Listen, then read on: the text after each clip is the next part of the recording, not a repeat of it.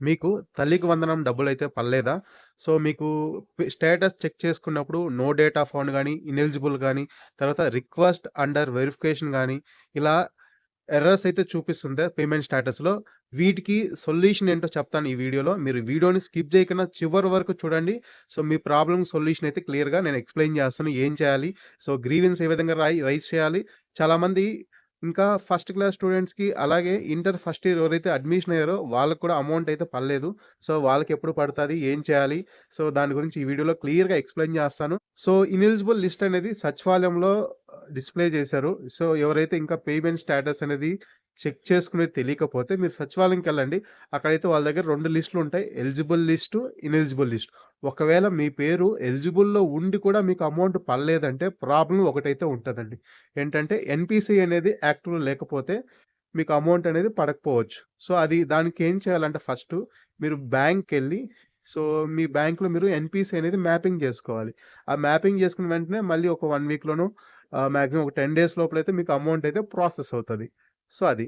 So, ఇంకా ineligible లిస్ట్‌లు పేర్లు ఎవరైతే ఉన్నారో మీకైతే గ్రీవెన్స్ అనేది స్టార్ట్ చేసింది గవర్నమెంటు. సో, సచివాలయంకెళ్ళి గ్రీవెన్స్ రైజ్ చేయొచ్చు.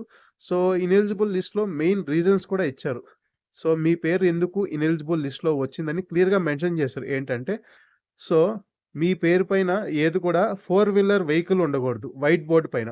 యెల్లో బోర్డ్ ఉండొచ్చు గానీ, బోర్డ్ పైన ఏదైనా కార్ ఉందనుకోండి, మీకైతే ఇనెలిజిబుల్ ఉంటది. ఒకవేళ అది రాంగ్‌గా మ్యాప్ అయింటే మాత్రం, మీరు దానికి సంబంధించిన డాక్యుమెంట్ అయితే మీరు సచివాలయంలో ఇచ్చి, సో, మీరు గ్రీవెన్స్ రైజ్ చేసుకోవచ్చు. తర్వాత మెయిను చాలా మందికేమొచ్చిందంటే కరెంట్ బిల్లు. కరెంట్ బిల్లు 300 యూనిట్ల కన్నా ఎక్కువగా యూజ్ చేస్తుంటే మాత్రం వాళ్ళ పేరైతే ఇనెలిజిబుల్ లిస్ట్‌లో వచ్చింది. మీరేం చేయాలి ఒకవేళ మీకు రాంగ్‌గా అంత బిల్లు రాలేదు నిజంగా అంటే దానికి సంబంధించిన డాక్యుమెంట్ అనేది మీరు సచివాలయంలో సబ్మిట్ చేస్తే గ్రీవెన్స్ అనేది రైజ్ చేస్తారు. తర్వాత ఇంకోటేందంటే చాలా మందికి హౌస్ హోల్డ్ మ్యాపింగ్‌లో మ్యాప్ అవ్వలేదు. సో, అది సచివాలయంకెళ్ళి మ్యాప్ చేసుకోండి. తర్వాత చాలా మందికి రేషన్ కార్డ్ లేకపోవడం వల్ల ఎలిజిబుల్ లిస్ట్‌లో ఉంది. సో, దానికి గూడా మీరు గ్రీవెన్స్ అనేది రైజ్ చేసుకోవచ్చు. ఇంకా కొంతమందికైతే సిటీస్‌లో ల్యాండ్ ఉంటది గదా! ల్యాండు 1000 స్క్వేర్ ఫీట్స్ కన్నా ఎక్కువుంటే వాళ్ళు గూడా ఇలిజిబుల్ లిస్ట్‌లో ఉంది. ఒకవేళ మీకు రాంగ్‌గా ఉంటే మీరెళ్లి సచివాలయంకెళ్ళి కరెక్ట్ చేసుకోవచ్చనమాట. ఎవరి పేరైతే ఇనెలిజిబుల్ లిస్ట్‌లో ఉందో మీరు సచివాలయంకెళ్ళి గ్రీవెన్స్ అయితే ఫైల్ చేయండి. 1 వీక్ అయితే టైమ్ ఉంది. తర్వాత నో డేటా ఫౌండ్ ఎర్రరు, తర్వాత రిక్వెస్ట్ అండర్ ప్రాసెసింగ్ అని.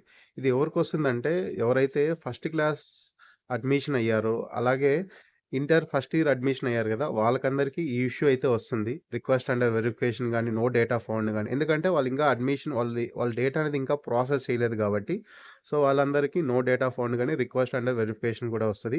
సో, మీరైతే వరీ అవ్వాల్సిన పని లేదు. మీకందరికీ సెకండ్ ఫేజ్‌లో అంటే రెండో విడతలో ఆగస్ట్ 30 తేదీనైతే అమౌంట్ అయితే ప్రాసెస్ అవుతది.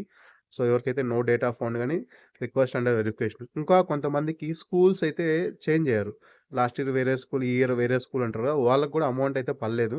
సో, వాళ్ళకి కూడా రిక్వెస్ట్ అండర్ వెరిఫికేషన్ ఉంది. సో, వాళ్ళకి ఆగస్ట్ 30థ్ అయితే పడతాయి. అంటే ఇక్కడ గవర్నమెంట్ ఏం మెన్షన్ చేసిందంటే ఎవరైతే న్యూ అడ్మిషన్స్ ఉంటారో సో, వాళ్ళకందరికీ రెండో విడతలో అమౌంట్ అయితే ప్రాసెస్ చేస్తారు. ఇంకొక చాలామంది నన్ను రెగ్యులర్ అడుగుతున్న డౌట్ ఏంటంటే, ఇంటర్ సెకండ్ ఇయర్ అయిపోయింది.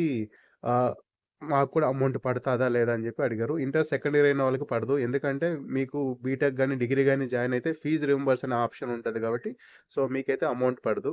అలాగే 10థ్ క్లాస్ ఎవరైతే కంప్లీట్ చేసి ట్రిపుల్ ఐటీలో జాయిన్ అయ్యుంటారు కదా! వాళ్ళకి కూడా పడదు. ఎందుకంటే అక్కడ ఫీజ్ రింబర్స్ అనే ఆప్షన్ ఉంటది కాబట్టి, సో, వాళ్ళకు పడదు. అలాగే పాలిటెక్నిక్‌లో 10థ్ క్లాస్ తర్వాత పాలిటెక్నిక్ జాయిన్ అవుతున్నారు గదా! వాళ్ళకి కూడా అమౌంట్ అయితే పడదు. సో, ఎందుకంటే మీకు అక్కడ ఫీజ్ రింబర్షన్ ఆప్షన్ ఉంటది గాబట్టి, అందుకోసం అనేది మీకు కూడా అమౌంట్ అయితే వేయట్లేదు.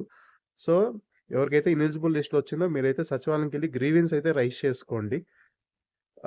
నో డేటా ఫౌండ్ వచ్చినా, ఇదొచ్చినా ఎళ్లి రైజ్ చేసుకోండి.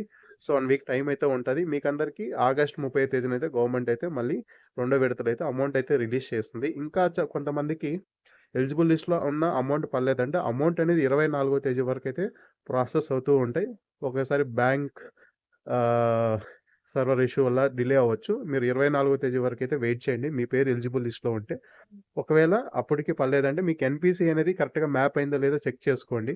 సో, ఎన్‌పీసీ అనేది కరెక్ట్‌గా మ్యాప్ లేకపోతే అమౌంట్ అనేది మీరు ఎలిజిబుల్ లిస్ట్‌లో ఉన్న అమౌంట్ అనేది పడదనమాట. ఎన్‌పీసీని ఏ విధంగా మ్యాప్ చేసుకోవాలో, ఆ స్టేటస్ ఏ విధంగా చెక్ చేసుకోవాలో మన ఛానెల్‌లో అయితే వీడియో చేశాను. సో, ఆ వీడియో అనేది ఛానెల్‌లో ఉంటది చూడండి. మీరు కూడా స్టేటస్ అనేది చెక్ చేసుకోండి. కరెక్ట్‌గా మ్యాప్ అయిందా లేదా అనేది.